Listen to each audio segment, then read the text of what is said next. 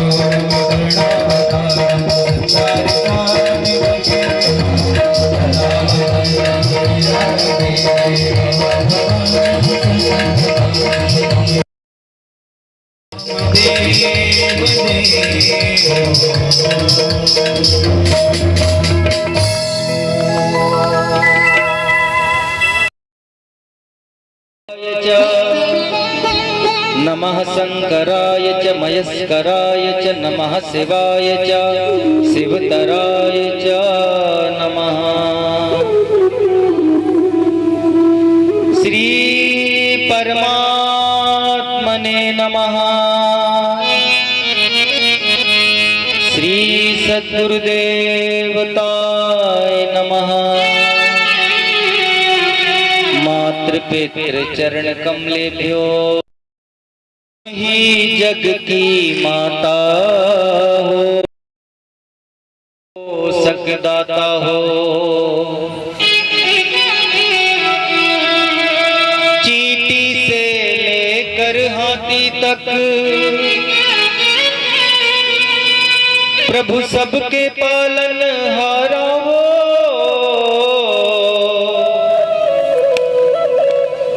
नमस्कार भगवान तुम्हें भक्तों का बारंबार हो। नमस्कार भगवान तुम्हें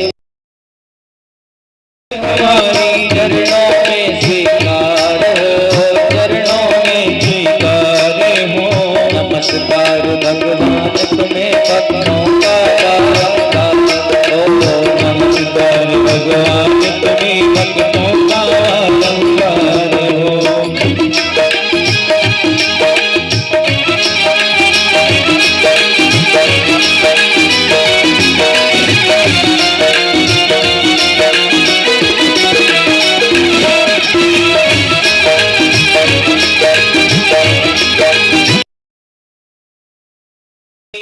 योगी सारे तेरा ही गुण गाते हैं। क्या राजा क्या रंग भिखारी द्वार तेरे सब आके। क्या राजा क्या रंग भिखारी द्वार तेरे सब आते हैं। हे परम कृपालु परम दयालु परम कृपालु परम दयालु। भक्तों के आधार हो, भक्तों के आधार हो। नमस्कार भगवान तुम्हें भक्तों का बारंबार हो। नमस्कार भगवान तुम्हें भक्तों का बारंबार हो। ओम नमः शिवाय, ओम नमः शिवाय, ओम नमः शिवाय, ओम नमः शिवाय।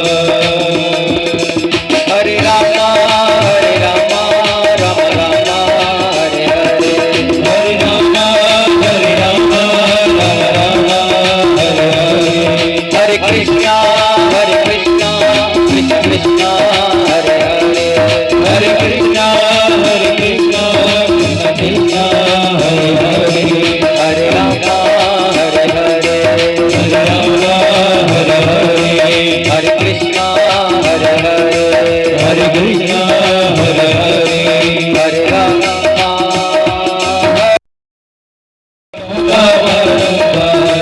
भक्तों का बारंबार हो। भक्तों का बारंबार हो। भक्तों का बारंबार हो। भक्तों का बारंबार हो। भक्तों का बारंबार हो। भक्तों का बारंबार हो। भक्तों का बारंबार हो। भक्तों का बारंबार हो। भक्तों का बारंबार हो। भक्तों का बारंबार हो। भक्तों का बारंबार हो। भक्तों का बारंबार हो। भक्तों का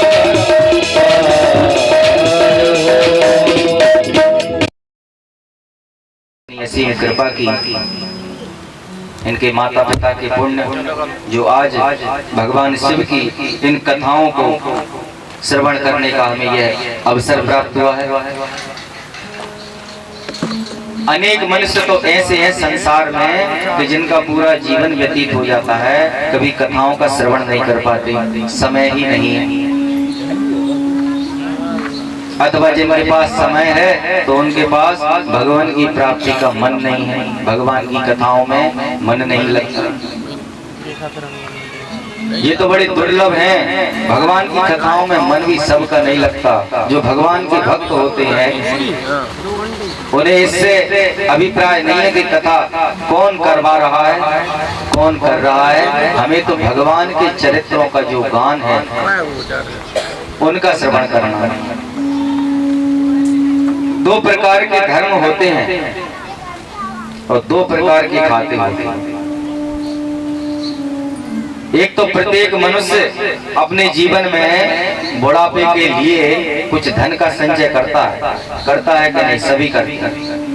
कुछ थोड़ा थोड़ा करके इकट्ठे करते हैं तो कुछ इकट्ठा कर देते हैं कि जब बूढ़े हो जाएंगे तब ये हमें निकलेगा। और आजकल तो LIC चल रही है, ज्यादातर लोगों के बीमा। अब बीमा भी क्या हो रहा है, उनका जीवन बीमा। मृत्यु के उपरांत वो धन आपके परिवार को मिलता है, पुत्रों को, पत्नी को, आपके आश्रित जनों को। लेकिन जो बीमा हमें करना अनिवार्य है, जो इस लोक में और परलोक में काम आने वाला है। इस संसार में प्रत्येक व्यक्ति को धर्म का संचय बहुत आवश्यक है। धन का भी जरूरी है, धन आवश्यक है, क्योंकि धन के बगैर तो कुछ नहीं होगा।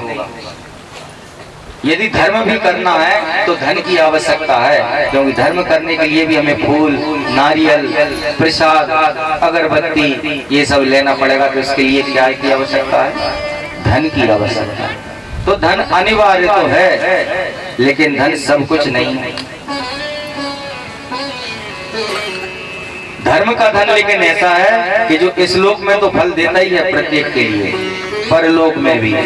गरुड़ पुराण में, शिव महापुराण में भी, प्रेत आख्यान में इसका वर्णन दिया है कि संसार में ये तो सब जानते हैं कि जो आता है उसकी मृत्यु एक दिन तो निश्चित होती है। यहाँ तक कि परमात्मा शिव ने जो 3 देवों की रचना की है, ब्रह्मा, विष्णु और रुद्र महेश्वर, ये तीनों भी समय के अंतराल पर इनकी भी कार्य अवधि निश्चित है। और मनुष्यों की तो फिर बहुत छोटी सी आयु, कितनी सी, 100 वर्ष। 100 वर्ष पहले होती थी, अब तो बहुत कम रह गई। फिर भी 100 वर्ष मान लो तो 100 वर्ष में 50 वर्ष तो काय में चले गए, केवल सोने में, रात्रि में सोने में ही निकल गए 50 वर्ष। उनमें से 25 वर्ष बचे तो वो काय में निकल गए, खाने में और भोग में, संसार का। अब केवल 25 वर्ष बचे, तो वो 25 वर्ष में या तो खेल लो या संसार में संसार का भोग कर लो, अथवा फिर धर्म का धन कमा लो। और जिसके पास धर्म का धन नहीं है उसके पास संसार में समझ लो कुछ नहीं है। धनवान होना अधिक बात नहीं है, भाग्यवान होना अधिक। एक राजा थे, 2 उनके पुत्र, दोनों ही पुत्र बड़े आज्ञाकारी, बड़े सुयोग्य। राजा ने दोनों पुत्रों का बढ़िया लालन पालन किया। कुछ समय पश्चात उनका एक पुत्री का जन्म हुआ, 2 पुत्रियों का जन्म हुआ। वो पुत्रियां भी बड़े लालन, उन पुत्रियों का भी राजा ने बड़े प्रेम से लालन पालन किया। कुछ समय उपरांत वह कन्याएं भी बड़ी हो गई। एक दिन राजा ने उनसे पूछा कि अच्छा एक बात का जवाब दो, एक प्रश्न का उत्तर दो, तुम लोग किसका खा रहे हो? पुत्रों ने कहा पिताजी हम तो आपका ही खा रहे हैं, हम कुछ कमाते ही नहीं। 2 पुत्रियों में से एक पुत्री ने भी कहा हम तो आपका ही खा रहे हैं पिताजी। राजा बड़े खुश के हाँ भाई खा तो हमारे। अब जो चोटी थी सबसे छोटी वाली, उससे पूछा तुम किसका खाती हो? बोले हम अपने भाग्य का खाते हैं। बोलो शंकर भगवान। राजा के पुत्री की बात बुरी लगी तो पुत्री कह रही भाग्य का खाते हैं, जबकि खा तो हमारा है, कमा तो हम रहे हैं, ला तो हम रहे हैं, ये भाग्य का कैसे है? ठीक है देखेंगे। अब उससे कुछ उनको ईर्ष्या होने लगी अपनी ही पुत्री से। अब उनने अपने पुत्रों की और बड़ी पुत्री का विवाह तो खूब धनी लोगों में कर दिया। अच्छे धन वाले लोग थे, जहाँ पैसे वाले थे, अपनी बराबर की राजा, उनका विवाह हो गया दूसरी पुत्री का। और छोटी पुत्री को जानबूझकर एक दरिद्र के घर दे दिया, जिसके यहाँ धन का सर्वथा अभाव, कमी। और मन में सोचा कि अब देखते हैं तू भाग का खाती है कि मांग के खाती है। बोलो शंकर भगवान। पुत्री ने कुछ नहीं कहा। पुत्री तो भगवान पर विश्वास करने वाली थी और धर्म के धन को संचय करने वाली थी। पुत्री ने कुछ नहीं कहा, अपनी ससुराल भी चली गई। लेकिन होनी तो होकर रहती है, कर्म गति टारे ना करे। आज भले ही हम देख रहे हैं कि ये धनी है, इनपे खूब पैसा है, लेकिन कल का किसी को पता नहीं है कि कल इनके पास धन रहे अथवा ना रहे। तो जो बड़े घर में अपनी पुत्री को विवाह किया था, जो धनी थे, तो उनका पुत्र निकला नालायक और उसने सब धन को स्वाहा कर दिया। और जो छोटी पुत्री थी जिसका घर बहुत गरीब था, उसने क्या किया, धीरे धीरे मेहनत करके उसने अपना मकान बनाया, धन कमाया, संतानें भी हो गई और वह संपन्न हो गई। एक समय ऐसा आया कि जो धनी थे वो तो सब मांग के खाने लगे और जो निर्धन थे वो लोगों को खिलाने लगे। जो बेर बेर खाते हुए बेर बीन खा रहे हैं, जो बेर बीन खाते हुए बेर बेर खा रहे हैं। बोलो शंकर भगवान। समझ में आया किसी को? जो बेर बेर खाते, जो गरीब थे बेचारे बेरों से पेट भरते थे कि आज इस बेरी से कुछ पेट में चला जाए, बेर बेर के खा खा के अपनी पेट करते थे, बेर बेर खाते, वे बेर बेर खा रहे हैं। भगवान ने ऐसी कृपा करी, उनके यहाँ खाने पीने के भंडार हो गए, बार बार खा रहे हैं, खाने की कोई कमी नहीं। और जो बेर बेर खाते, बार बार खाते थे, जिनके यहाँ काजू किशमिश सारी चीजें भरा रही थी, आज उनकी स्थिति है वो बेर बेर खा रहे हैं। जब राजा की दोनों कन्याएं पहुंची तो कन्या ने कहा, पिताजी बहुत समय पहले आपने पूछा था कि तुम किसका खाती है, तो मैंने कहा भाग्य का खाते हैं। तो आपने मेरी बात को जब यथार्थ नहीं माना, आज भले ही आपने मुझे गरीब घर में दिया, लेकिन देखो मेरा भाग्य था, भाग्यशाली थी कि मेरे घर में धन संपन्न हो गया। बोलो शंकर भगवान की। तो समय का भरोसा नहीं है, समय किसका कब पलटी मार जाए, किसका समय कब बदला जाए। इसलिए प्रत्येक को अपने आने वाले कल के लिए धर्म का संचय करना चाहिए। जैसे सनातनियों को हम तो और किसी की नहीं कहते, सनातनियों को जो भगवान पे आस्था रखता है, जो भगवान को मानता है, आप तो किसी भी भगवान को मानो जिसको मान रहे हो। शिव महापुराण में भगवान शिव जी ही ऐसा कहते हैं कि जो भी जिस भी रूप में जिस भी देवता को मानता है, जिस भी तरह से पूजन करता है, उसकी वह पूजा मेरी ही पूजा होती है, वो मुझ तक ही आती है। बोलो शंकर भगवान। जी नहीं है कि हम गणेश जी के भक्त हैं तो अब शंकर जी तक गणेश जी की पूजन करो, आप गणेश जी नहीं सारे देवताओं का वास। हम देवी के आराधक हैं तो आप देवी की आराधना, विष्णु जी की आराधना करो। और सनातन ने तो ये कहा है कि अनेक भगवानों की हमें उपासना करना चाहिए। हमने तो प्रत्येक तत्व के देवताओं का भी पूजन करते हैं। अग्नि तत्व के देवता अग्नि है, जल तत्व के देवता वरुण है, पृथ्वी तत्व की देवता माता है, आकाश के देवता भगवान शंकर जी हैं।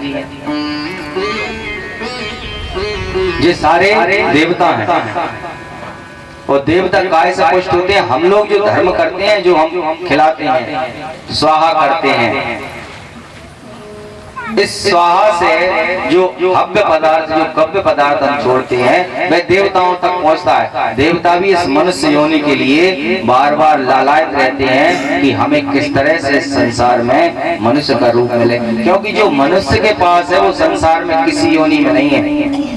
सृष्टि के प्रारंभ में ब्रह्मा जी ने अनेक योनियों की उत्पत्ति की, अनेक ऋषियों का प्रकट किया, लेकिन जब मानव योनि बनाई नवमी, मानव की योनि कौन सी है? नवी योनि है। नवी योनि मानव की बनाई, तब ब्रह्मा जी को लगा कि हाँ अब हमने कुछ किया, अब निश्चित ही सृष्टि हमारी बढ़ेगी। तो अर्थ यही है कि प्रत्येक व्यक्ति को धर्म से जरूर जोड़ के चलना चाहिए। साधारण धर्म में स्नान, दान, जप, पूजा, होम, अतिथि सत्कार, ये सब सम्मिलित है। और धर्म जैसे हमने कल भी बताया था कि हम तो 2 FD कराते हैं, 12 वर्षों से करा रहे हैं, ये 13वां वर्ष है धर्म की FD कराते हैं। हमारे पास खुला धर्म तो आपको दे दिया कि घर पे करो। अच्छा, बहुत से तो जो है इधर उधर जाएंगे बड़े मंदिरों पे कि भैया जहाँ दान कर आओ, बगल वाले मंदिरों पे तो दिया के लिए घी नहीं है, और अपन जा रहे हैं बड़े बड़े मंदिरों में जहाँ का धन सरकारों के पास जा रहा है, दान पात्रों का, वहाँ डाल डाल के आ रहे हैं सोना रुपया धन, लेकिन पास के मंदिर में तो पहले तो प्रयास यही करो कि हम अपने क्षेत्र के ही जो दान करना है तो गरीबों को, आवश्यक नहीं है कि अकेले ब्राह्मण ही पात्र है। हाँ, ब्राह्मण पात्र है, जो सद ब्राह्मण है, जो ब्राह्मणी धर्म से विमुख नहीं हुए हैं, जिनमें नवगुण पूरे हैं, जो गायत्री उपासना करते हैं, वह पात्र हैं। लेकिन जो गरीब होते हैं वह भी पात्र हैं, क्योंकि तीन पर हमेशा दया करना बताया है, बालक, भूखा और पागल। अपन बाजार कहीं चले जा रहे हैं, कोई यदि पागल दिख जाए तो लोग उसको कैसे दुत्कारते हैं, हे, भग, भग, छक। जबकि क्या कह रहे हैं पुराण के, इन पे दया करना चाहिए, पागल पे। और किस पे? बालक पे। किसी का भी बालक हो, अपना हो दूसरे का हो, बालक पे दया, भूखे पे दया। भूखा कोई भी हो, यदि अपने द्वार पे आ गया और उसने मांगा और होते हुए भी हमने कुछ नहीं दिया तो जन्म जन्मांतर तक हम उसके ऋणी हो जाते हैं। बोलो शंकर भगवान। हमें ये सोचना चाहिए कि जब किसी ने हमसे कुछ मांगा और हम पे है लेकिन हम नहीं दे रहे, तो आज भगवान ने आपको इस योग्य बनाया है कि आप दे सकते हैं, लेकिन नहीं दे रहे तो अगली बार भगवान आपको उसकी जगह पे भेजेंगे और आप वहां पहुंच जाएंगे। बोलो शंकर भगवान। क्योंकि जो ज्यादा धन के लिए, धन से बड़ी गति है, प्रकट चारि पद धर्म के, कलिमऊ एक समान, एन केन बिल कीजिए, दान करहु कल्याण। दान की सबने प्रशंसा की है कलयुग में। विधि कोई सी भी हो, एन केन विधि कीजिए। आप तो किसी विधि से दान कर दो। मंदिर में ब्राह्मणों के इतना भर के ले गए, सीधा पास में बेचारे ठाकुर साहब रह रहे हैं, उनके यहाँ कोई कमाने वाला नहीं है, आज आटा ही नहीं है, वहां देख भी नहीं रहे, मंदिरों में और सब में भर के आ रहे हैं। हम खूब छप्पन भोग कर रहे हैं। धर्म ये कहता है, नियम ये कहता है कि जहाँ हम रहते हैं उसके आस पास में हमें पता होना चाहिए कोई भूखा तो नहीं है। यदि हमारा पड़ोसी भूखा है और हम खा रहे हैं तो ये धर्म नहीं है। बोलो शंकर भगवान की। तो सबसे पहले तो अपने आसपास, क्योंकि सबसे पहले जब भी हम किसी संकट में आते हैं ना तो सबसे पहले कौन आके खड़ा होता है? उनका पड़ोसी खड़ा होता है। बता होता है कि नहीं? रिश्तेदार तो दूर रह रहे हैं, कोई सिरोंज, कोई भोपाल, कोई दिल्ली, कोई बम्बई, कोई बरेट रोड, कोई जैस तक जो, जब तक फोन लगाएंगे, जब तक घंटों में भी आएंगे, जब तक तो बेचारे पड़ोसी आके तुम्हारा सारा काम कर जाएंगे। तो सबसे बढ़िया तो अपने पड़ोसियों से संबंध सबको अच्छे रखना चाहिए, अपना परिवार मानना चाहिए। पहले गांव में इतना नियम होता था कि यदि गांव में किसी के यहाँ मृत्यु हो गई किसी की, तो जब तक वह मृत्यु संस्कार ना हो जाए गांव में चूल्हा नहीं जलता था।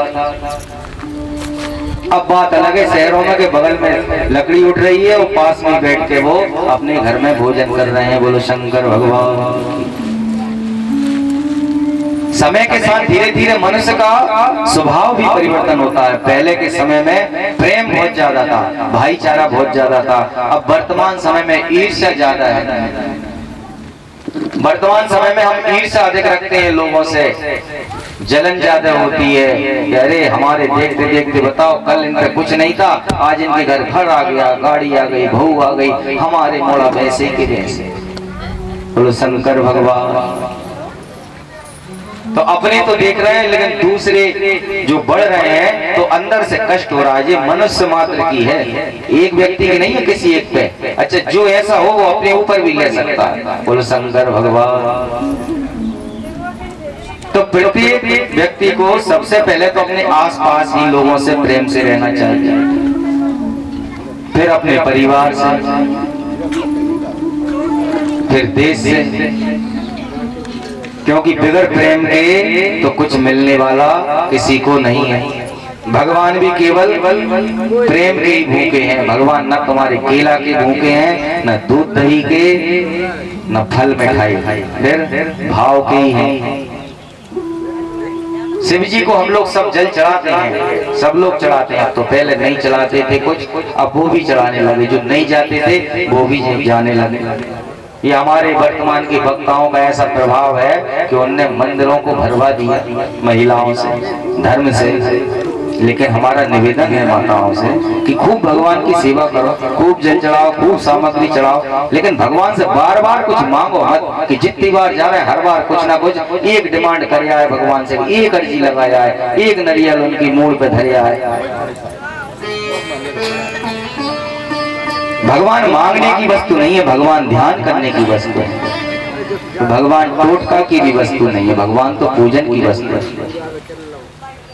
भगवान शंकर जी को जो जल चढ़ाने का तरीका है वह भी क्या है?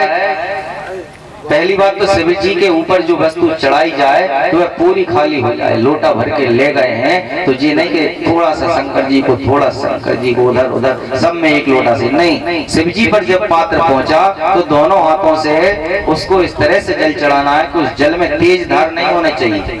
भाव जी रखे कि भगवान को लग ना जाए। नहीं अपन लेट जाओ कोई और कोई इतने ऊपर से लोटा की धार लगाए माथे पे, बताओ कौन झेल सकता है? नहीं, बहुत लगेगी। हाँ, धीरे धीरे चढ़ाओ, जब तक चढ़ाते रहो एक ही धार से जल पूरा शिव जी पे हो जाए। तो उसमें भाव भी क्या रखो? पहले भगवान के चरणों का भाव रखो। सबसे पहले तो शिवलिंग का जो तल रहता है, जहाँ से शिवलिंग उत्पन्न हो रहा है जलहरी से, जहाँ अशोक सुंदरी का जो स्थान होता है, सबसे पहले वहाँ भगवान के चरणों का ध्यान करो और 2 बार थोड़ा थोड़ा जल उनके चरणों पे चढ़ाओ, दाएं और बाएं। शिवलिंग कहीं भी हो, ध्यान रखना, हर कोई नहीं बताता शिवलिंग पे चढ़ाने का तरीका। कह देंगे कि 1 लोटा जल सब समस्या का हल, लेकिन चढ़ाना कैसा है ये भी समझो। पहले चरणों का ध्यान करो, एक दाएं तरफ बाएं तरफ थोड़ा थोड़ा, फिर हाथों का ध्यान करो दाएं तरफ और बाएं तरफ, फिर उनके मुख का करो मध्य में, अभी सीधे ऊपर नहीं जाना, थोड़ा सा। फिर जो शेष जल बचा है वो पूरा शिव जी के सिर के ऊपर से। अच्छा, ऐसा क्यों? अपन स्नान करते हैं सभी लोग, तो कैसे करते हैं? सबसे पहले क्या करेंगे हम लोग? सीधे पैरों पे पानी डालेंगे कि नहीं डालेंगे? पहले पंजों पे डालेंगे, पैरों पे, फिर अपन हाथ धोएंगे, फिर कुल्ला भी करेंगे, फिर जाके ऊपर से स्नान होगा। बताओ, सबके ऐसे ही होते हैं स्नान? ऐसे भगवान का भाव है। भगवान की पूजा कोई विधान नहीं है, ये भक्तों का भाव है अंदर से। ब्राह्मण लोग भाव रखते हैं कि सत्यनारायण भगवान की कथा की और जो ब्राह्मण ने मंत्रों से भगवान को बुलाया, तो ब्राह्मण को तो यही लगता है कि जिस देवता का हमने आह्वान किया है वह देवता शासन पे आके बैठ गए हैं। बोलो शंकर भगवान। हम जो शिवलिंग बनाते हैं, तो शिवलिंग बनाकर जब हम भगवान का आह्वान करते हैं तो हमें तो अंदर से प्रत्यक्ष ऐसा लगता है कि शिव जी आके बैठ गए अदृश्य रूप में। और यदि मन की आंखें हैं तो उनके दर्शन भी हो जाएंगे। शिव जलधार प्रिय, सूर्य नमस्कार प्रिय।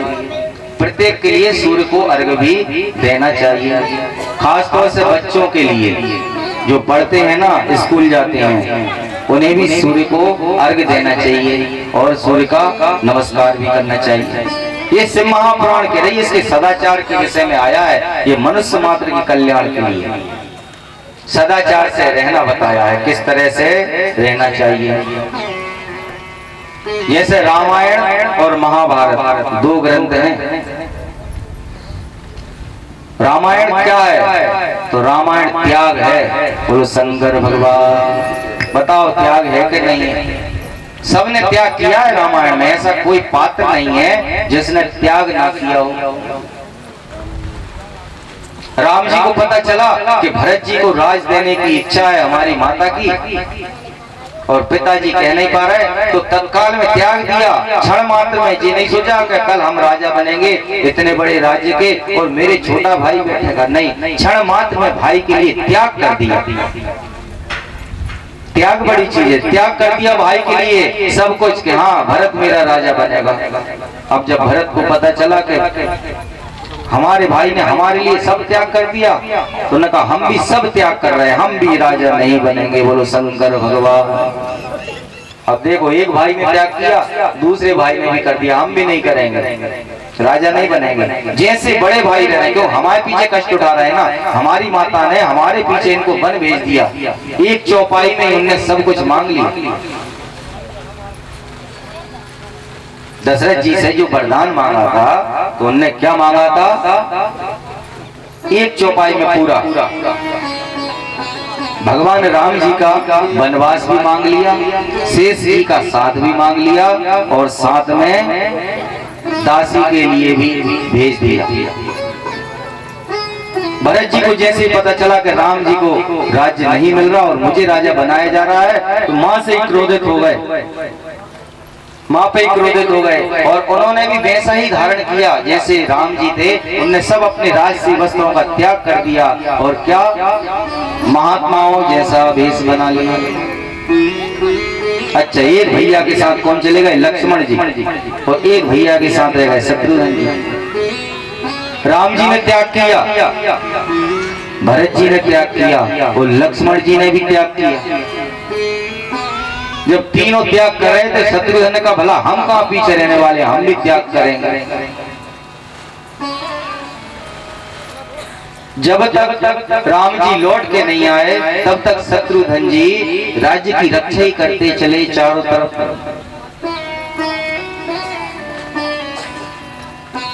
चारों तरफ शत्रुघ्न जी ने रक्षा की। तो त्याग से क्या बनता है? रामायण बनती है। कि देखो एक दूसरे के लिए त्याग कर रहे हैं, इतना प्रेम है कि एक दूसरे के ऊपर अपना सब कुछ त्याग कर रहे हैं, तो वहां रामायण लिखी जा रही है। बोलो शंकर भगवान की। अब दूसरी है महाभारत, एक तरफ कौरव और एक तरफ पांडव।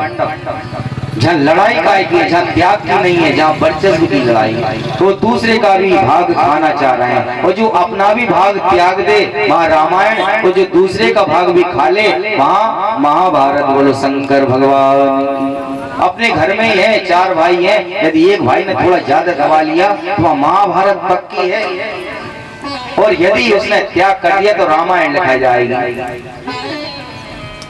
कहने का अर्थ यही है कि प्रत्येक व्यक्ति को जीवन में धर्म कमाना अनिवार्य है, त्याग करना आना चाहिए। यह शिव महापुराण में कल हमने आपके लिए गुणनिधि का चरित्र वर्णन किया था। ये शिव जी का जो हिमालय पे जाने का पूर्व कल्प है, तो गुणनिधि का चरित्र कल आपने श्रवण किया। गुणनिधि जो ब्राह्मण थे, लेकिन ब्राह्मणी कर्मों से विमुख थे, कुसंगत में फंस गए थे।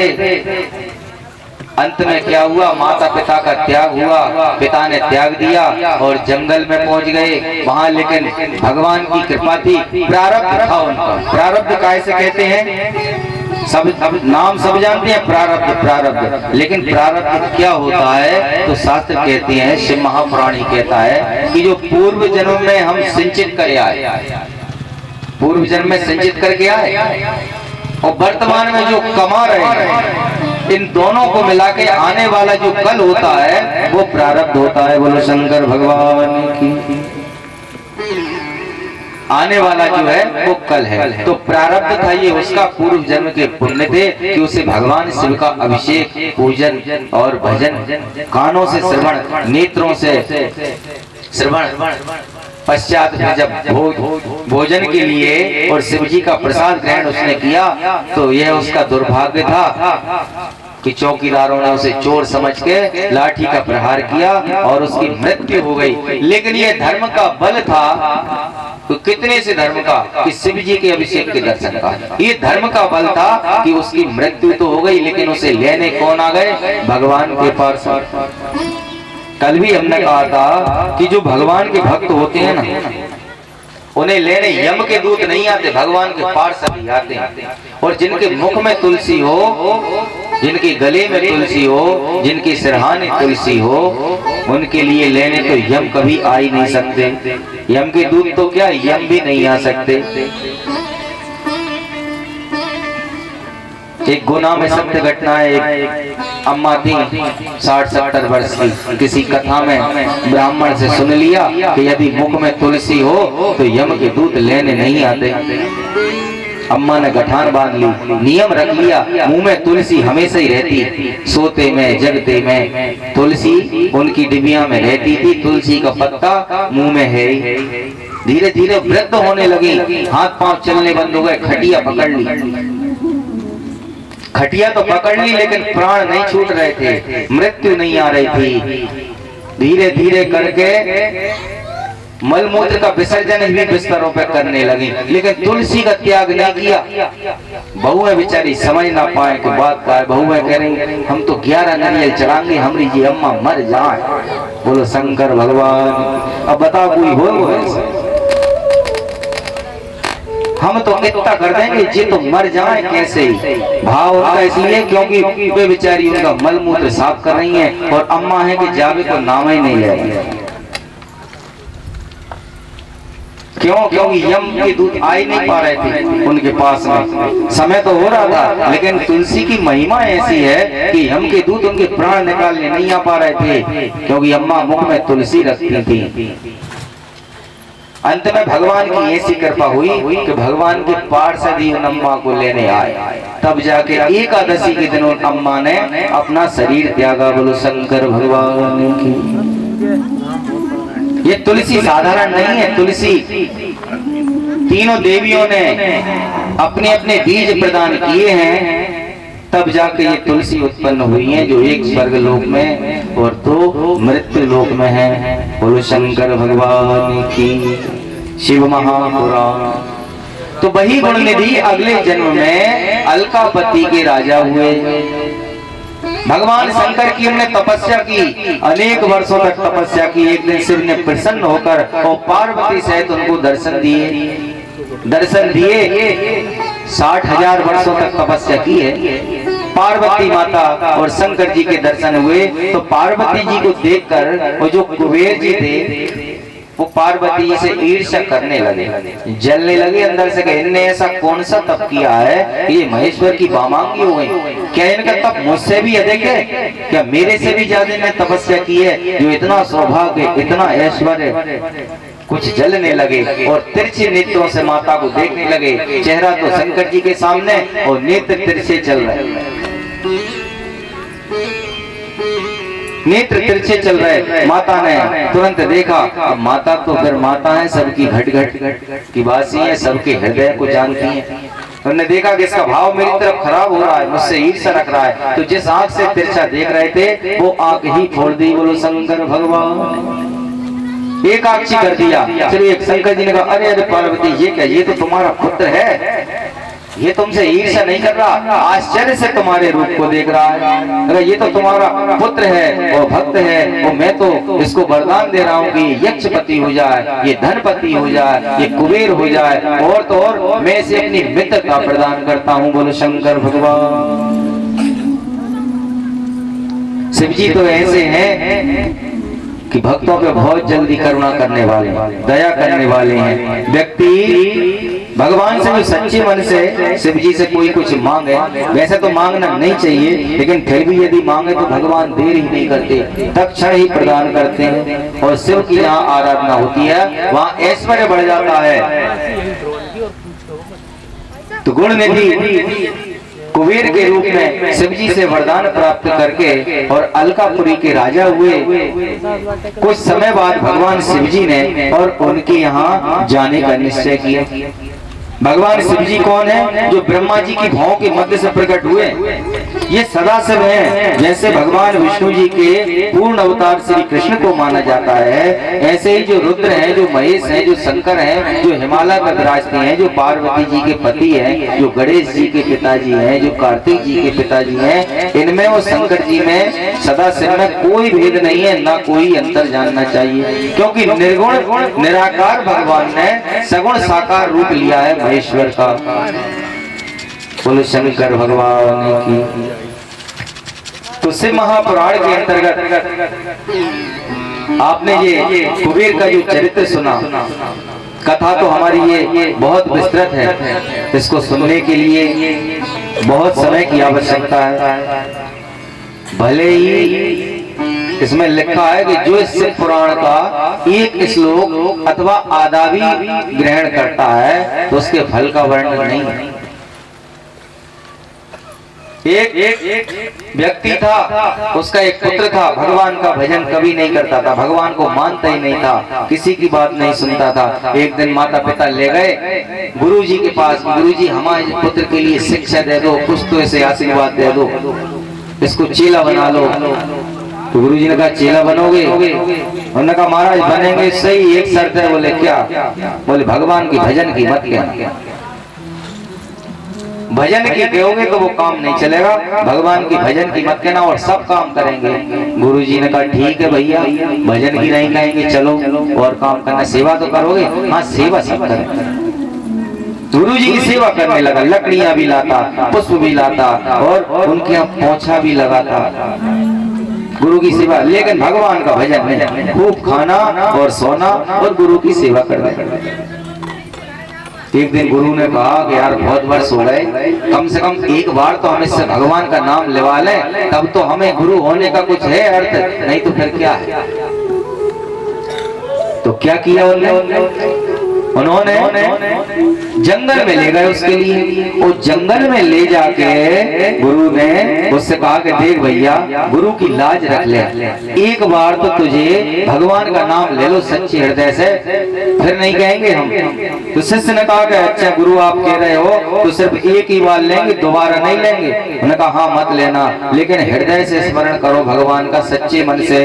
तो उन्होंने सच्चे मन से भगवान का सिर्फ एक ही बार नाम लिया है, जय श्री राम। बस बोले गुरुजी आपकी बात हो गई, अब मत कहना कभी। बोले नहीं कहेंगे, अब हमें तसल्ली तो हो गई कि कम से कम हमने एक बार तो तुमसे भगवान का नाम लेवा लिया। धीरे धीरे करके कुछ समय आया, उस व्यक्ति की मृत्यु हो गई। और मृत्यु होने के बाद जब वह यमपुरी पहुंचा तो चित्रगुप्त बैठते हैं, सबके लिए पता है, सबका लेखा जोखा रखते हैं। यमराज के पास बहुत सारे पार्षदगण हैं जो सब अलग अलग काम करते हैं। एक श्रवण है, श्रवण का अर्थ है कान। तो श्रवण और श्रवणी है, श्रवण सारे पुरुषों की कौन किससे क्या कह रहा है ये सब सुनते हैं, और श्रवणी स्त्रियों को सुनती हैं और इनके धर्म और अधर्म का विचार करके चित्रगुप्त को बताती है। चित्रगुप्त सबका वहाँ लेखा जोखा लिखते हैं। आज ये भी पहुंचा तो देखा कि देखो भाई इसके क्या है, इसके लेखा जोखा, इसने धर्म क्या किया है। तो उन्होंने देखा, चित्रगुप्त ने बोले प्रभु इसने पूरे जीवन में कोई धर्म नहीं किया, बस एक ही धर्म इसके खाते हैं। बोले क्या है? बोले सिर्फ एक बार भगवान का नाम लिया है सच्चे मन से। बोले अब देखो क्या है, इसका फल क्या देना है। तो उन्होंने पूरे पन्ना पलट के देख लिए, भगवान का एक बार नाम लेने में क्या फल मिलता है ये तो किसी को पता ही नहीं। धर्मराज ने कहा हमको पता नहीं है, तो किससे पूछा? बोले ब्रह्मा जी के पास चलो, वो ही बताएंगे।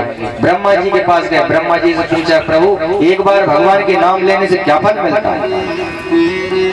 ब्रह्मा जी ने कहा भैया संख्याओं का फल तो बता सकते हैं कि एक की संख्या में जाप कर लो तो क्या होता है, एक बार नाम लेने का क्या फल है मुझे भी नहीं पता, कहाँ चले? शंकर जी के पास चलो। शंकर जी के पास गए, बताओ प्रभु एक बार नाम लेने में क्या फल मिलेगा? शंकर जी ने भी कहा भाई एक बार ये तो हम भी नहीं बता सकते। फिर कौन बताए? बोले जिसका नाम लिया उनके ही पास चलो। बोले शंकर भगवान जिसने नाम लिया है, जिसका नाम है उसके ही पास चलो। तो सीधे पहुंचे भगवान के पास। अब जब राम जी के पास, विष्णु जी के पास पहुंचे, सब लोग पहुंच गए। भगवान एक बार इन्होंने आपका नाम लिया है, हम लोगों को पता नहीं है क्या फल देना है, अब आप ही बता दो एक बार आपके नाम का क्या फल है। भगवान कह रहे जी तो हमको भी पता नहीं है। बोलो शंकर भगवान कि एक बार नाम लेने का क्या फल है, लेकिन उसका फल तुम यही समझ लो कि जब तुम इसे लेके बैकुंठ लोक ही आ गए तो फिर यही इसका फल है। बोलो शंकर भगवान एक बार हृदय से नाम लो, और कपट मुनि की तरह कितने ही बार नाम ले लो कुछ नहीं होना। फिर तो हनुमान जी आके सीधे और कपट मुनि में प्रसाद ही मिलना है। बोलो शंकर भगवान।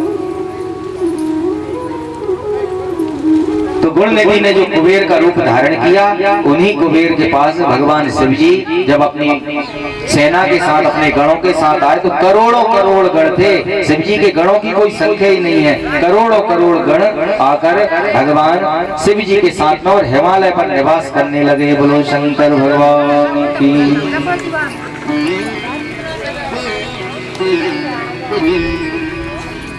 अब यहाँ पर ब्रह्मा जी सृष्टि का निर्माण कर रहे हैं, और यह रुद्र संहिता में सती खंड में नारद जी के लिए ब्रह्मा जी सुना रहे हैं। कह रहे हैं कि एक समय पर मुझे सृष्टि के विस्तार करने की इच्छा हुई और मैंने अपने मन से पुत्रों को उत्पन्न किया। पुलस्त्य को, दक्ष को, क्रतु को, वशिष्ठ को, अंगिरा को। पहले 60,000 पुत्र किए। नारद जी भी मन से उत्पन्न हुए हैं, तो 60,000 पुत्र किए। नारद जी ने उनको उपदेश दे दिया कि जाओ भजन करो, उसी में सार है। तो 60,000 पूरे जो है संन्यास बन के भगवान का भजन करने लगे। ब्रह्मा जी ने फिर 10,000 उत्पन्न किए, तो फिर उन 10,000 को देखकर नारद जी ने उन्हें भी उपदेश दिया कि जाओ तुम भी जो है भगवान की तपस्या करो। अब महात्माओं के पास जाओगे तो वो तो अपने ही जैसा बनाएंगे, संसारियों की तरह नहीं बनाएंगे। संसारियों के पास जाओगे तो संसारी अपनी तरह बनाएंगे। अब ब्रह्मा जी ने फिर दक्ष का निर्माण किया। अब ब्रह्मा जी ने सोचा किसी से काम नहीं चल रहा, अब हम दक्ष बनाते हैं। दक्ष का अर्थ ही क्या है? दक्ष नाम का ही अर्थ है कि दक्ष का मतलब है सब कामों में निपुण, सबसे ज्यादा बुद्धिमान, सब कुछ करने में समर्थ। दक्ष का अर्थ है कुशल। उन्होंने कहा हम दक्ष का निर्माण करेंगे ताकि वो सब कुछ कर सके जो हमारी इच्छा अनुरूप मैं तुम्हें सृष्टि का निर्माण कर सके। ब्रह्मा जी के मानस पुत्र हैं दक्ष। सृष्टि की उत्पत्ति चल रही थी कि इसी समय ब्रह्मा जी के मन से एक जोड़ा उत्पन्न हुआ है। जैसे ही जोड़ा उत्पन्न हुआ तो मनोहर शरीर वाला, उसके शरीर की कांति चारों दिशाओं में फैल रही थी। कस्तूरी की तरह उसके शरीर से सुगंध आ रही थी। देखने में भगवान विष्णु की तरह शांत चित्त वाला। 5 धनुष, 5 बाण उसके पास, एक हाथ में धनुष। ये माया थी। साथ में जो जोड़ा उत्पन्न हुआ वह संध्या नामक एक स्त्री थी। ये काम और संध्या बस यही संसार के पाप और पुण्य है। बोलो शंकर भगवान की।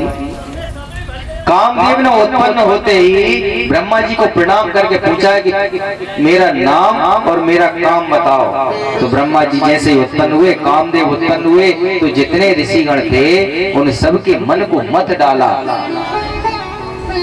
उन्होंने कहा तुम्हारा नाम है मनमत, क्योंकि तुमने उत्पन्न होते ही हमारे मन को मत डाला, इसलिए मनमत है। और तुम्हारे द्वारा कामनाएं उत्पन्न हो रही हैं, तो एक नाम तुम्हारा काम होगा।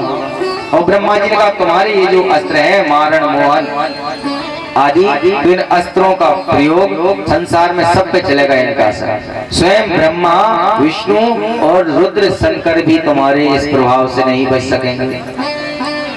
ऐसा भगवान ने वरदान दिया। तो कामदेव ने भी सोचा कि वरदान तो मिल गया, अब इसका प्रयोग ना करें, और तो कोई दिख ही नहीं रहा। तो अपने पिताजी पे, भाइयों पे ही अपने काम बाणों का प्रयोग कर दिया। काम बाण का प्रयोग होते ही ब्रह्मा जी ने देखा तो संध्या जो उनकी पुत्री थी जो उत्पन्न हुई थी, उसे देखकर ही वह सब काम से पीड़ित हो गए। अब जहाँ भाई और पिता ही काम से पीड़ित हो जाएं, तो वहां तो समझ लो कि अधर्म का बढ़ना निश्चित है। तब धर्म ने भगवान को पुकारा। उसी समय त्राहिमाम भगवान भोलेनाथ पधारो। भगवान शंकर जी प्रकट हो गए वहां। उनने आके ब्रह्मा जी को खूब फटकार लगाई, खूब डांटा। ब्रह्मा जी को कहा तुम बताओ कैसे ब्रह्मा हो जो है एक स्त्री को देख के ये सब तुम्हारा जो है भ्रम है, अपना धर्म को ज्ञान करो। खूब फटकार के भला बुरा कह के और शंकर जी वहां से चले गए। ब्रह्मा जी लज्जित हो गए, लेकिन मन में उन्होंने ऐसा विचार किया कि जिस स्त्री की वजह से भगवान ने हमारे लिए ये ऐसा जो हमारे लिए डांटा है, तो हम कुछ ना कुछ तो उपाय करेंगे कि ये भी स्त्री को ग्रहण कर लें, तभी हमारी मनोकामना पूर्ण होगी। बोलो शंकर भगवान की। यहाँ से भगवान शंकर जी के विवाह की कथा प्रारंभ होती है। ब्रह्मा जी ने संकल्प लिया है जब हम इनका विवाह करा के मानेंगे ये योगी भले ही है, सन्यासी भले ही है, लेकिन हम इन्हें स्त्री से युक्त कर देंगे। ऐसा ब्रह्मा जी ने मन में विचार किया और फिर अपने पुत्र दक्ष को आज्ञा दे दी कि जाओ तुम शक्ति की आराधना करो, उपासना करो देवी दुर्गा की, क्योंकि वही देवी है जो इन प्रभु को अपने बस में रख सकती हैं। वही ऐसी माया है जो सबको ठग लेती है। बोलो शंकर भगवान। ये माया ऐसी ठगनी है, माया कह रहे हैं ये माया ऐसी ठगनी है, भजन होने नहीं देती। ब्रह्मा जी जैसे बताओ माया के चक्कर में आ गए। कितने ज्ञानी थे, कोई ज्ञानी कोई ध्यानी, ये भटकाती है दोनों को। कोई ज्ञानी कोई ध्यानी, ये भटकाती है दोनों को। ये माया ऐसी ठगनी है, भजन होने नहीं देती। ये माया ऐसी ठगनी है, भजन होने नहीं देती। बना के रूप नारी का, बना के रूप नारी का, ये भटकाती है दोनों को। बना के रूप नारी का, ऋषि को भ्रष्ट करती है। ये माया ऐसी ठगनी है, भजन होने नहीं देती। ये माया ही है, ये समझ लो सबको ठग लेती है। ब्रह्मा जी भी नहीं बच पाए, तो आज ब्रह्मा जी ने काम पे क्रोधित हो गए, उसे श्राप दे दिया कि अपने पिता पे ही अपनी शक्ति का प्रहार किया। जाओ हम श्राप दे रहे हैं कि भगवान शंकर की तीसरी नेत्र की अग्नि से भस्म होकर तुम्हारी मृत्यु हो जाएगी। कामदेव ब्रह्मा जी के चरणों में पड़ गए, बोले हे पिताजी आपने ही मुझे वरदान दिया था, इसमें मेरा क्या अपराध है। प्रसन्न भी हो गए, तो ठीक है मेरा वचन तो निष्फल नहीं जाएगा, शिव की नेत्र अग्नि से तुम भस्म होगे, लेकिन फिर शिव जी के ही द्वारा उनके विवाह पर तुम्हें पुनः जीवन दान मिल जाएगा।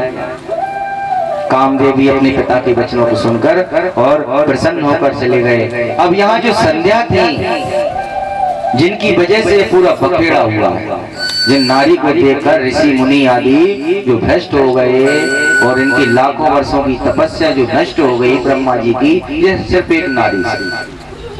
अब नारी ने भी सोचा कि ऐसा शरीर किस काम का कि जो अपने भाई को और अपने पिता को ही काम उत्तेजित कर दे। उन्होंने कहा अब हमें ये शरीर नहीं चाहिए, हम तो मृत्यु को ही गले लगाएंगे। मन में ऐसा विचार करके प्राणों का उत्सर्ग करने के लिए वह वन में चली गई। ब्रह्मा जी ने कहा कि ये मेरी पुत्री है, मरने तो जा रही है, लेकिन तपस्या करके मरे तो कुछ मिलेगा। बोलो शंकर भगवान। वैसे तो प्राण अंत करना सबसे बड़ा पाप है। अब आजकल तो जरा जरा सी बातों पे अपने प्राणों का अंत कर देते हैं, कोई नाना प्रकार की तरीके से। लेकिन ये मानव जीवन भगवान ने दिया, ये तुम्हारा शरीर नहीं है, ये भगवान के द्वारा दिया है। ये जीवन जो दिया है भगवान ने दिया है, और मृत्यु भी भगवान देंगे। दुखों से डर के, कष्टों से डर के, मन में क्लेश आकर व्यक्ति जो अपना आत्महत्या करता है, वो निश्चित समझ लो कि ना तो उसकी इस लोक में गति है और ना उस लोक में बीच में फंस जाता है। बोलो शंकर भगवान की। अभी तो उसने सोच लिया कि मृत्यु ही अच्छी है, मृत्यु को गले लगा लो, ये सब चक्करों से खत्म हो जाए, ना किसी का कर्जा देना पड़े, ना किसी का कुछ करना पड़े, वो बस। लेकिन मृत्यु से पहले ही जिनने अल्प मृत्यु, अकाल मृत्यु को गले लगा लिया, तो फिर वो ना तो भूतलोक में पहुंच रहे वहां, न या मृत्यु लोक में रह रहे, बीच में ही फंसे हैं। जब आयु पूर्ण हो जाएगी ब्रह्मा जी के द्वारा दी हुई, तब उस आयु को पूर्ण करने के बाद फिर प्रेत लोक मिलेगा, फिर नरकों में डाले जाओगे, तब जाके मनुष्य जन्म यदि पुण्य हुए तो मिलेगा। बोलो शंकर भगवान, नहीं तो कुछ नहीं मिलना। संध्या को वन में जाते हुए देखकर और ब्रह्मा जी ने पीछे से वशिष्ठ जी को भेजा कि तुम जाओ और इनको उपदेशित करो, और इस रूप में मत जाना, दूसरा रूप धारण करना, क्योंकि इस रूप में ये तुम्हें पहचान ले। तो वशिष्ठ जी ने मुनि का वेश धारण करके और उन संध्या के पास गए और उनको दीक्षित कर दिया। दीक्षित कर दिया। उन्होंने कहा कहाँ जा रही है? उन्होंने कहा मैं तो मृत्यु को गले लगाने जा रही हूँ। उन्होंने कहा ऐसे मरने से फायदा नहीं है, भगवान का भजन कर करके मरो, तब तो कुछ काम होगा। उन्होंने कहा हमें तो भजन करना भी नहीं आता ना, भजन हम देते हैं, हम 5 शब्दों का तुम्हें पंचाक्षर मंत्र देते हैं, इस मंत्र को ग्रहण करके ही तुम्हें भगवान का भजन करना है। संध्या ने उन वशिष्ठ ऋषि को देखा, उनसे मंत्र ग्रहण किया और स्थिर चित्त से भगवान का भजन करने लगी। भजन करते करते करते जब उनका भजन इतना बढ़ गया तो भगवान शंकर जी ही प्रकट हुए। भगवान शंकर जी प्रकट हुए और प्रकट होकर संध्या को वरदान दिया। संध्या ने वरदान मांगा। बोले क्या वरदान चाहिए? बोले हमारे भगवान 2 वरदान है, एक नहीं है। पूछो क्या है? बोले पहला वरदान तो हम ये मांगते हैं कि ब्रह्मा जी जितने लोगों को प्रकट करते हैं ये सब युवावस्था में होते हैं, तो प्रकट हो गई कोई काम से व्याकुल ना हो जाए, काम से पीड़ित ना हो जाए, ऐसा वरदान।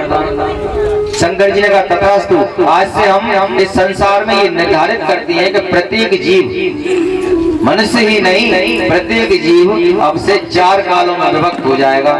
जन्म लेगा तो पहले वह शिशु होगा, फिर वह किशोर होगा, फिर युवा होगा और वृद्ध होगा, और इन सब में भी केवल युवा अवस्था में ही काम की अधिकता रहेगी। और इसी समय पर धर्मों ने, शास्त्रों ने, पुराणों ने बताया है कि धर्म को हमें संचय करना है कब? युवावस्था में। ना तो कोई बचपन में कर सकता छोटे में धर्म, और ना कोई बुढ़ापे में कर सकता, क्योंकि जब शरीर में सामर्थ्य होगा तभी हम भगवान का धर्म कर पाएंगे।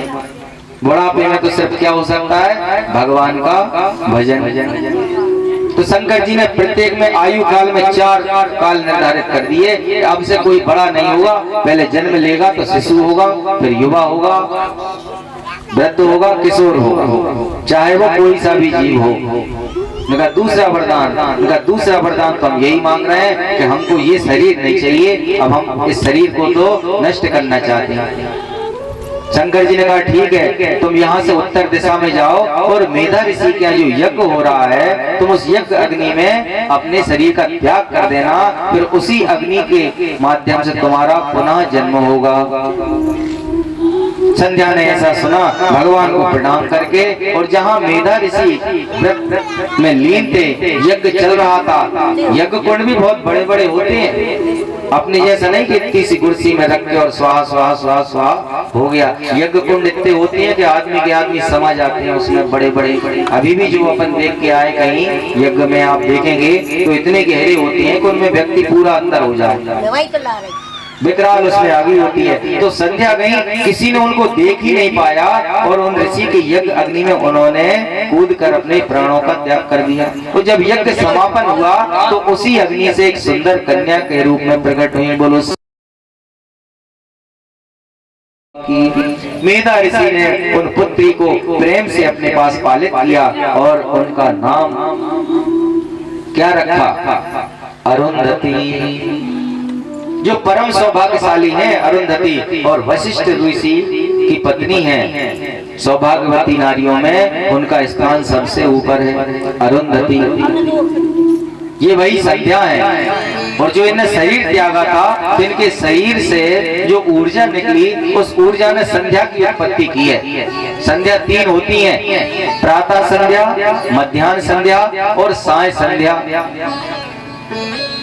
और इन तीनों ही संध्याओं में किया गया भजन असंख्य गुना फल देने वाला है। चाहे प्रातः की संध्या हो, चाहे मध्याह्न की संध्या हो, चाहे साय की संध्या हो, तीनों ही संध्याओं में भजन करना चाहिए, गायत्री का जप करना चाहिए। दोपहर को ठीक 12 बजे भगवान का भजन करने बैठ जाओ। सुबह प्रातः काल सूर्योदय से पहले बैठ जाओ और जब सूर्योदय निकले तब तक भजन करते रहो। और शाम को सूर्य के रहते ही भजन पे बैठ जाओ और जब तक तारे ना निकले तब तक भजन करो। ये संध्या का नियम है। और प्रत्येक जो जीव है जो संसार में जन्म लेता है वह सब संध्या के ऋण को चुकाता है भजन करके। बोलो शंकर भगवान की, शिव महापुराण की जय जय जय। भगवान शंकर जी के द्वारा ये संध्या के लिए जो वरदान दिया ये सारे संसार का कल्याण करने वाला था। तो संध्या जो है ये अपने हित के लिए नहीं, ये संसार के हित के लिए इन्होंने अपने प्राणों का त्याग किया। तो पुनः दूसरा जन्म में अरुंधति के रूप में मिला और आज सती साध्वियों में श्रेष्ठ स्थान है, सौभाग्यवती महिलाओं में इनकी गिनती है। अपन ऋषि पंचमी की पूजन करते हैं तो सप्त ऋषियों के साथ अकेली अरुंधति बैठती हैं, शेष ऋषि पत्नी नहीं बैठती। क्यों? उनका भी इस पुराण में रहस्य है। उनका त्याग कर दिया है 6 ऋषियों ने, केवल एक अरुंधति अकेली वशिष्ठ जी की पत्नी है। तो ऋषि पंचमी पे सप्त ऋषि और अरुंधति की पूजा की जाती है। बोलो शंकर भगवान की जय।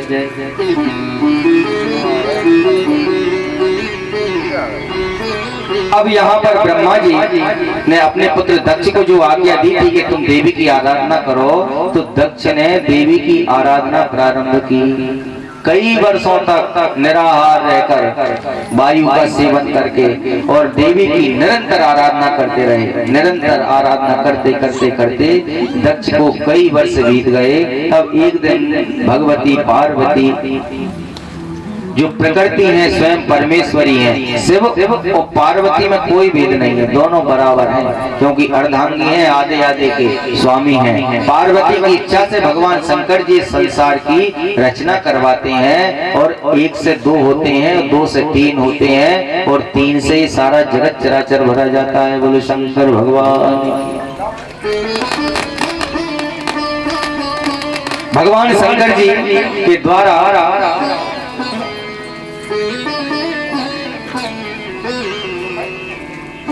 जो कामदेव के प्रभाव को नष्ट करने वाले हैं, ऐसे शंकर जी आज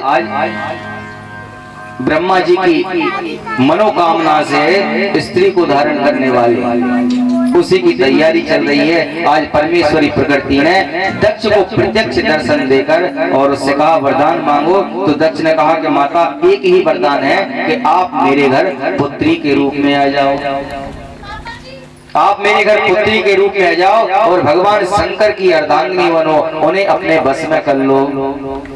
तो माता पार्वती ने प्रकृति ने कहा कि मैं तो उनकी सेविका हूँ, उन्हें बस में नहीं कर सकती, मैं स्वयं ही उनके बस में रहती हूँ, मैं कहाँ उन्हें अपने बस में कर सकती हूँ। लेकिन यह बात भी ठीक है कि मेरे अलावा वह किसी और का वरण भी नहीं करते। जब जब उनका विवाह होगा तो मुझसे ही होगा।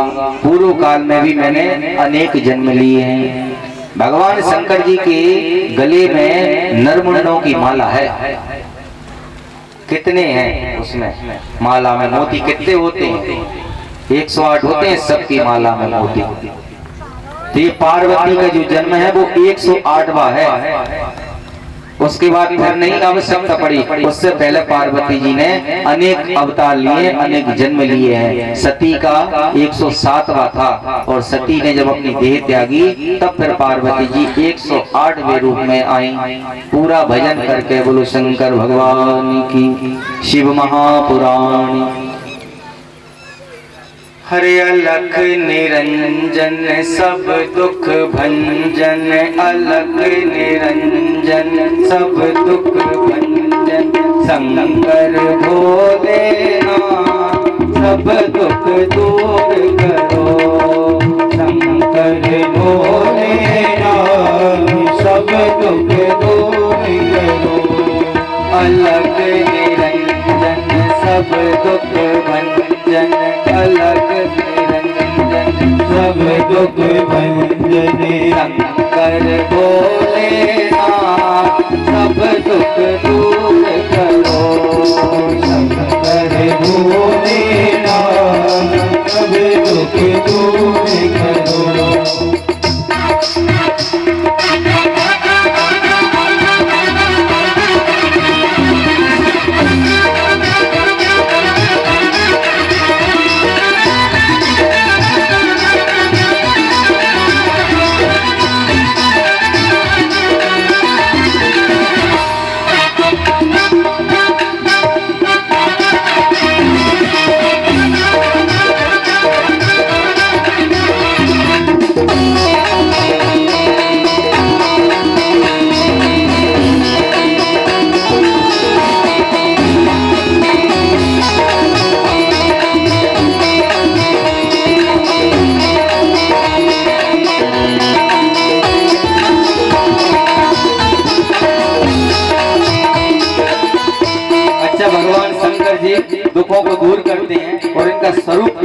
के दर्शन।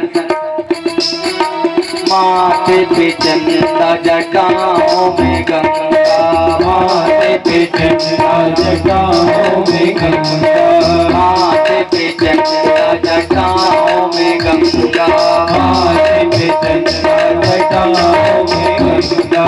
गले कर पोकार सब दुख दूर करो, गले सर पोकार सब दुख दूर करो। अलग निरंजन सब दुख भंजन, अलग निरंजन सब दुख भंजन, शंकर भोलेनाथ सब दुख दूर करो, शंकर भोलेनाथ सब दुख दूर करो।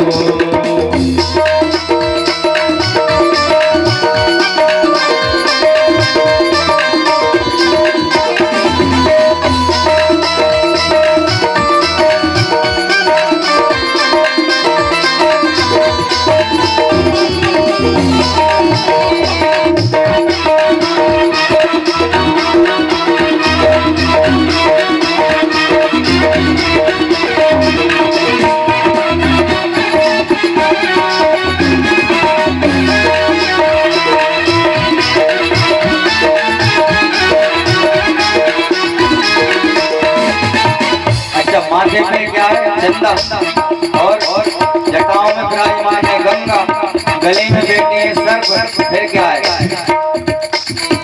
कानों में कुंडल, कानों में कुंडल, हाथ में कमंडल, कानों में कुंडल, हाथ में कमंडल। अब साधु संत है तो कमंडल के बगैर काम नहीं चलता। विष्णु जी नहीं लेते कमंडल, भगवान को भजन करना है शंकर जी को। कानों में कुंडल, हाथ में कमंडल, कानों में कुंडल, हाथ में कमंडल। कहते बागंबर का सब दुख दूर करो, कहते बागंबर का सब दुख दूर करो। मेरे बाबा भोलेनाथ सब दुख दूर करो, मेरे बाबा भोलेनाथ सब दुख दूर करो। अलग निरंजन सब दुख भंजन, अलग निरंजन सब दुख भंजन। शंकर भोलेनाथ सब दुख दूर करो, शंकर भोलेनाथ सब दुख दूर करो। मेरे बाबा भोलेनाथ सब दुख दूर करो, मेरे बाबा भोलेनाथ सब दुख दूर करो।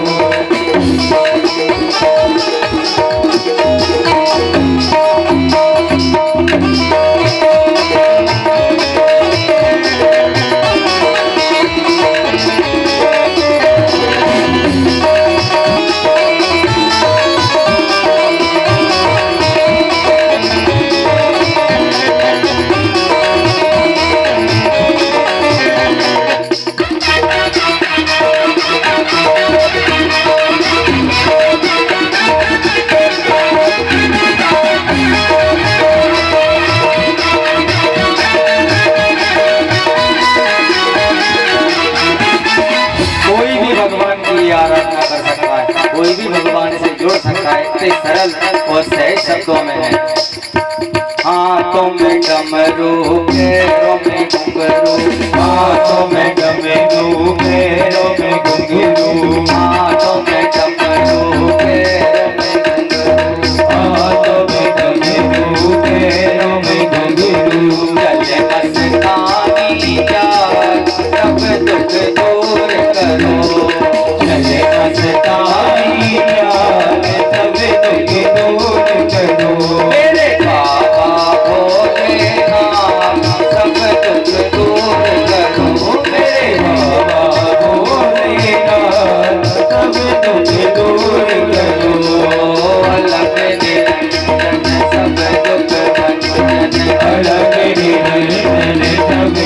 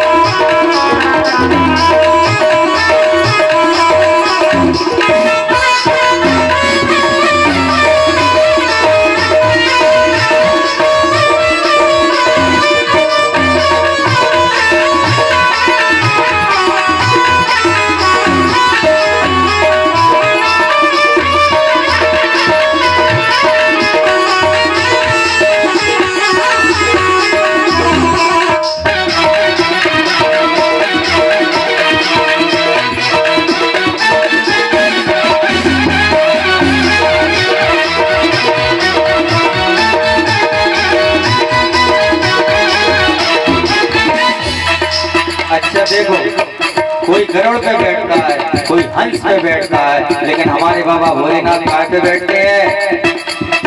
नंदी सवारी घोड़ा प्यारी, नंदी सवारी घोड़ा प्यारी, गोदी में गणपति लाल सब दुख दूर करो, गोदी में गणपति लाल सब दुख दूर करो। मेरे बाबा भोलेनाथ सब दुख दूर करो, मेरे बाबा भोलेनाथ सब दुख दूर करो। अलग निरंजन सब दुख अलग निरंजन सब दुख शंकर भोलेनाथ सब दुख दूर करो, बाबा भोलेनाथ सब दुख दूर करो।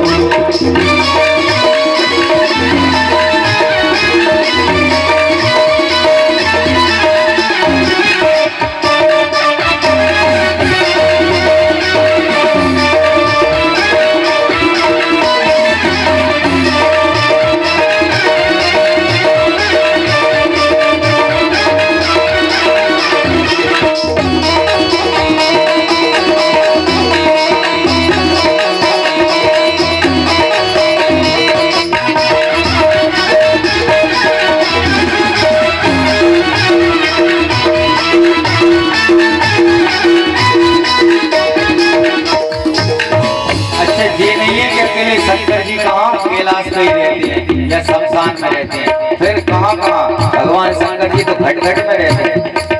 घट घट वासी कैलाश निवासी, घट घट वासी कैलाश निवासी, कर दो बेड़ा पार सब दुख दूर करो, कर दो मेरा पार सब दुख दूर करो।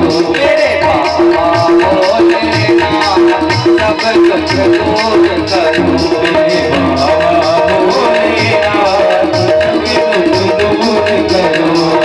अलग निरंजन सब दुख भंजन, अलग निरंजन सब दुख भंजन, शंकर भोलेनाथ सब दुख दूर करो, शंकर भोलेनाथ सब दुख दूर करो। मेरे बाबा भोलेनाथ सब दुख दूर करो, मेरे बाबा भोलेनाथ सब दुख दूर करो। मेरे बाबा भोलेनाथ सब दुख दूर करो। मेरे बाबा भोलेनाथ सब दुख दूर करो। सब दुख दूर करो। बोलो शंकर भगवान की, शिव महापुराण की जय हो। सब्जी में सब कुछ डला हो, नमक ना हो तो आनंद नहीं आएगा। उन्होंने सब मसाले डाल गए महाराज, नमक भूल गए तो कथा खूब आनंद दे रही हो, लेकिन जब तक भजन कानों में ना पड़े तब तक आनंद नहीं आता। बोलो शंकर भगवान। क्योंकि ये शिव महापुराण कह भी रही है, श्रवण मनन और कीर्तन। कथाओं का श्रवण करो और मन से मनन करो, और जितना हो सके भगवान का कीर्तन करो। दक्ष की तपस्या से प्रसन्न होकर भगवती उनकी समक्ष प्रकट हो गई और कहा कि मांगो, वरदान मांगो। तो दक्ष ने कहा कि आप मेरे घर पुत्री रूप में आ जाइए और मेरे मनोरथ को पूर्ण कीजिए, भगवान शंकर को वर लीजिए। माता पार्वती भगवती ने दक्ष को आशीर्वाद दिया और वरदान दिया कि तथास्तु, मैं शीघ्र ही तुम्हारे घर तुम्हारी कन्या के रूप में आऊंगी। लेकिन एक वचन मैं अभी ले लेती हूँ, देखो पहले ही ले लिया, बाद में आ रहे हैं। एक वचन ले लेती हूँ कि यदि तुमने मेरा अपमान किया, जब तुम मेरा अपमान करोगे तब मैं तुमको त्याग दूंगी। ये मैं सत्य कहती हूँ। बोलो शंकर भगवान की। भगवान की लीला है, भगवान को सब पता है कि आगे क्या होना है, लेकिन भगवान उस लीला का आनंद लेते हैं। कुछ समय पश्चात दक्ष की पत्नी जिनका नाम था वीरणी, एक नाम उनका अश्विनी, एक नाम उनका प्रसूति, तीन नाम है। एक नाम वीरणी, दूसरा अश्विनी और तीसरा प्रसूति। तो जिसमें प्रसूति का अर्थ क्या होता है? प्रसूति का अर्थ होता है जन्म देने वाली। अब समझ लो कि कितने जन्म दिए हैं प्रसूति ने, माता वीरणी ने कितनी, 60 तो कन्याएं हुई हैं उनकी। कितनी? 60 कन्याएं। 60 कन्याओं में इनने 13 कन्याएं ऋषि कश्यप को प्रदान की, 10 कन्याएं इनने धर्म को प्रदान की और 27 कन्याएं चंद्रमा को प्रदान की हैं। बोलो शंकर भगवान। 27 कन्याएं चंद्रमा को, और चंद्रमा के नक्षत्र कितने हैं? 27 नक्षत्र हैं। उन्हीं नक्षत्रों से चंद्रमा घटते और बढ़ते हैं। 27 नक्षत्र। तो ये नक्षत्र नहीं, ये 27 दक्ष की कन्याएं हैं जो चंद्रमा की पत्नियां हैं। भगवान शंकर जी के लिए सती ने अवतार धारण किया दक्ष के यहाँ। और दक्ष भी कौन है? दक्ष मतलब सब कामों में दक्ष। और वो इतने दक्ष हो गए तो वो अपने आप को ईश्वर से ही बड़ा मानने लगे। बोलो शंकर भगवान। और भगवान सबको सब कुछ दे देते हैं, लेकिन अभिमान जरूर किसी का नहीं रखते, वापस ले लेते हैं। बोलो शंकर भगवान। कोई को कितना ही अभिमान हो जाए, चाहे रावण, कंस, कौरव, सबका अभिमान भगवान नष्ट कर देते हैं। तो आज सती दक्ष के यहाँ पुत्री रूप में जन्म हुआ। तो इनका जन्म जब हुआ तो दक्ष के चारों ओर संपत्ति अपने आप बढ़ने लगी, ऐश्वर्य बढ़ने लगा, नाना प्रकार के फल फूल दुर्लभ प्रकृति के द्वारा उत्पन्न होने लगे। और एक समय ऐसा आया कि जिस समय पर माता सती ने दक्ष की वीरणी से जन्म लिया, और जन्म लेते ही दक्ष के पास अनंत प्रकार के रत्नों का भंडार प्रकट हो गया। दक्ष के मन में प्रसन्नता की लहर छा गई। बड़ी प्रसन्नता से इन्होंने इनका नाम सती नामांकरण किया। बोलो सती मैया की जय। सती का अर्थ ही है सत्य को धारण करने वाली।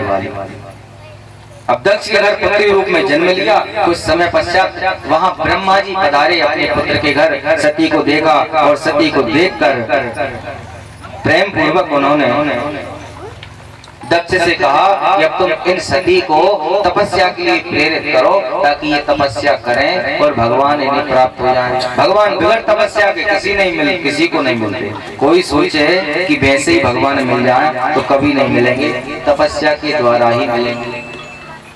और साधारण नहीं, भगवान को प्राप्त करने के लिए तो बहुत कठिन तपस्या की आवश्यकता है। ये ऋषियों से सीखने के लिए है, ये ब्राह्मणों से सीखने के लिए है, ये सौभाग्यवती पतिव्रता महिलाओं से सीखने के लिए तपस्या कैसे कहते हैं। क्योंकि धर्म को धारण करने वाली सौभाग्यवती नारियां हैं। धर्म को धारण करने वाले धर्म मत ब्राह्मण है, धर्म को धारण करने वाली गौ माता है, और धर्म को धारण करने वाले संसार के समस्त संत जन। बस ये 4 हैं जिन पे धर्म टिका है, और किसी के पास धर्म है ही नहीं। बोलो शंकर भगवान की। माता सती ब्रह्मा जी के पास बैठ गई। ब्रह्मा जी ने बड़े प्रेम से सती के सिर पर हाथ फेरा और दक्ष से कहा कि अब तो तुम इसे तपस्या में लगाओ। तब दक्ष ने अपनी स्त्री से कहा, वीरणी से, और वीरणी ने सती से तपस्या के लिए कहा। तो घर में ही तपस्या की, कहीं बाहर नहीं गए, क्योंकि घर में ही बहुत बड़ा घर था, मंदिर भी थे, सब कुछ था। तो घर में ही तपस्या की और नंदा व्रत का अनुष्ठान माता सती के द्वारा किया गया। बोले शंकर भगवान। सती माता ने नंदा व्रत के द्वारा भगवान शिव को प्राप्त किया है, और माता पार्वती ने पाशुपत व्रत के द्वारा भगवान को प्राप्त किया है। बोले शंकर भगवान। 12 वर्षों तक होता है पाशुपत व्रत। हाँ 3 दिन में 5 दिन में नहीं होता पाशुपत व्रत। भले ही कोई बता दे जो लिखा है वही सही है, क्योंकि 100 बका और 1 लिखा। कोई कुछ कह रहा है वो अलग बात है, जो लिखा है वो सही लिखा है। तो पाशुपत व्रत 12 वर्षों तक धारण किया जाता है। बोलो शंकर भगवान। खैर जितना कर रहे हो अच्छा है, जो करो वो ठीक है, लेकिन यदि कोई नियम पूछे तो पाशुपत व्रत 12 वर्षों तक धारण करेगा। लेकिन यहाँ पर माता ने नंदा व्रत धारण किया है। और नंदा व्रत कैसा? कार्तिकस्या चतुर्दश्या मकूपे पाये सरे समाकीर्णे समाराध्या सस्मार परमेश्वर। कार्तिक मास की चतुर्दशी को खीर से और अपूप से, अपूप मतलब जो मीठे पुआ, ये सब ध्यान से सुनना, सब ये शंकर जी का भोग है। ये शेष वस्तुओं को आप शिव जी को चढ़ा सकते हैं। कब कब चढ़ा सकते हैं यह भी है। अश्विने मासी नंदाया तिथि वर्चना भक्तिता गुणधनी सलर्वेण हरम नत्वा विनायकम। अश्विनी मास की प्रत्येक नंदा तिथि, नंदा काय से कहते हैं? पड़मा से कहते हैं नंदा तिथि। तो नंदा तिथि को जैसे प्रतिपदा कहते हैं, पड़मा कहते हैं। षष्ठी तथा एकादशी में पड़मा, छठ और एकादशी में इनमें गुड़ और भात, इससे भक्ति पूर्वक हर का पूजन किया जाना चाहिए। कब कब कब? प्रतिपदा को, छठ को और एकादशी को गुड़ और भात। मतलब खीर बनाओ गुड़ की, सीधा सा अर्थ ये है। भात चावल से कहते हैं, तो उसमें दूध, चावल और गुड़, शक्कर की नहीं गुड़ की बनाओ। ये भगवान को प्रतिपदा को भोग लगाओ, छठ को लगाओ अथवा एकादशी में। ये नंदा व्रत का अनुष्ठान है। मार्गशीर्षे सितष्टम्या सतिले सयवोदने पूजयित्वा हरम कीलिर्लिनाय दिवसान सती। मार्गशीर्ष की कृष्ण पक्ष की अष्टमी को, मार्गशीर्ष की कृष्ण पक्ष की अष्टमी को यव तिल, यव मतलब जौ, यव तिल एवं चावल सहित खीलों से, दीपावली पे आती है वो खीले, तो क्या क्या लेना है? जौ, तिल और खील। इनसे भगवान शिव जी का पूजन करें। ये सब माता सती कर रही है। वही सती पौष मास के शुक्ल पक्ष की सप्तमी तिथि को रात्रि में जागरण करती है। पूस में सातवें के दिन जागरण करके और प्रातः काल खिचड़ी से शिव का पूजन करती। बोलो शंकर भगवान। अपन सोचो भगवान का खाते हैं? भगवान सब खाते हैं, जो खिलाओ वो खाते हैं प्रेम से। माघ की पूर्णिमा तिथि को रात्रि में जागकर और प्रातःकाल भीगे कपड़े पहनकर नदी के किनारे शिव का पूजन करें। भगवान को प्राप्त करना कोई साधारण नहीं है, सबके बस का नहीं है, लेकिन असंभव भी नहीं है, दुर्लभ भी नहीं। दुर्लभ तो है, असंभव नहीं है भगवान को प्राप्त करना। इस संसार में कई ऐसे हुए जिन्होंने भगवान को प्राप्त किया है, सत्य में ही किया है, सशरीर किया है। बोलो शंकर भगवान। फाल्गुन की कृष्ण पक्ष की चतुर्दशी को, फाल्गुन कृष्ण पक्ष चतुर्दशी को रात्रि में जाकर और सब प्रहरों में बिल्व पत्र तथा बिल्व फल से शिव की विशेष पूजा करने लगे।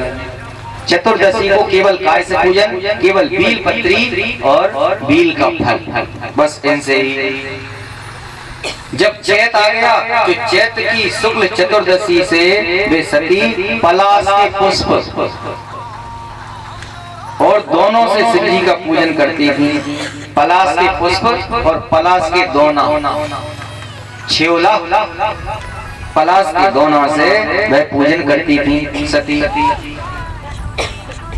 बैसाख शुक्ल की तृतीया को गव्य, तिलाहार, यव एवं चावलों से शिव जी का पूजन करती थी। उस मास को व्यतीत करने लगी। ज्येष्ठ की पूर्णिमा के दिन वे निराहार रहकर और रात्रि में वस्त्र एवं भटकटैया के पुष्प। बताओ किसी ने सुना है नाम भटकटैया? पुराने लोग तो जानते होंगे, नए नहीं जानते कि भटकटैया किसे कहते हैं। केवल पुराने लोग बता सकते हैं कि भटकटैया क्या होता है। भटकटैया के पुष्पों से शिव जी का पूजन करके वे सती उस मास को व्यतीत करने लगी और आषाढ़ शुक्ल चतुर्दशी को काले वस्त्र, आषाढ़ के शुक्ल पक्ष की चतुर्दशी को काले वस्त्र धारण करके और भटकटैया के पुष्पों से शिव जी का पूजन करने लगी। यज्ञों पवित्र तथा वस्त्रों से शिव का पूजन करने लगी और भाद्रपद के कृष्ण पक्ष की चतुर्दशी को अनेक प्रकार के पुष्पों तथा फलों से शिव का पूजन करके वे चतुर्दशी तिथि में केवल जल का आहार करती थी। नाना विधे फले पुष्पे शयतिस् काल संभवे चक्रे सुनियातहारा जपन मासे शिवार्चनम। नाना प्रकार के वे फल से पुष्पों से जप करती हुई और अनेक कालों में उत्पन्न होने वाले नाना प्रकार के फल पुष्प तथा शाकों द्वारा प्रत्येक महीने शिवार्चन करती थी। अपनी इच्छा से वह मानव रूप धारण करने वाली वे सती दृढ़ व्रत से युक्त होकर सभी महीनों में तथा सभी दिनों में शिव पूजन में तत्पर रहने लगी। इतम नंदाव्रतम कृष्णम समाप्यम सुषमाहिता दध्यो शिवम सती प्रेमना निश्चला भूय द्वंद्वी। इस प्रकार नंदाव्रत को पूर्ण रूप से समाप्त करके भगवान शिव में अनन्य भाव रखने वाली सती ने भगवान शिव को एक दिन प्रसन्न कर लिया और भगवान शिव ने वरदान उन्हें दिया पति रूप में प्राप्त होने का। नंदा व्रत के प्रभाव से भगवान शिव जी प्रसन्न हुए और ब्रह्मा जी और विष्णु जी की विशेष स्तुति करने पर शंकर जी ने विवाह के लिए हामी भर दी। बोलो शंकर भगवान की। पहले तो शंकर जी ने बहुत मना किया कि भैया हम तो ऐसे ही अच्छे हैं और साधु संतों को तो भला दासी शोभा देती है, ब्राह्मण को हांसी, चोर को खांसी और साधु को दासी, ये शोभा ही नहीं देती। यदि ब्राह्मण हंसी ठिठोरा वाला है, यजमान के घर ज्यादा हंसता है और ज्यादा मजाक करता है तो वो उचित नहीं है। तो ब्राह्मण को हंसी उचित नहीं है। और चोर यदि है, चोरी करना और खांसी चल रही है तो उसको उचित नहीं है। तो चोरी करने गए उस समय भी चली आई जोर से खांसी, घर वाले उठ गए और पकड़ के लगवा दी फांसी। बोलो शंकर भगवान की। तो चोर को फांसी और साधु को दासी। साधु हो और दासी हो तो ये शोभा नहीं देता, क्योंकि साधु तो स्त्रियों से दूर रहने वाले।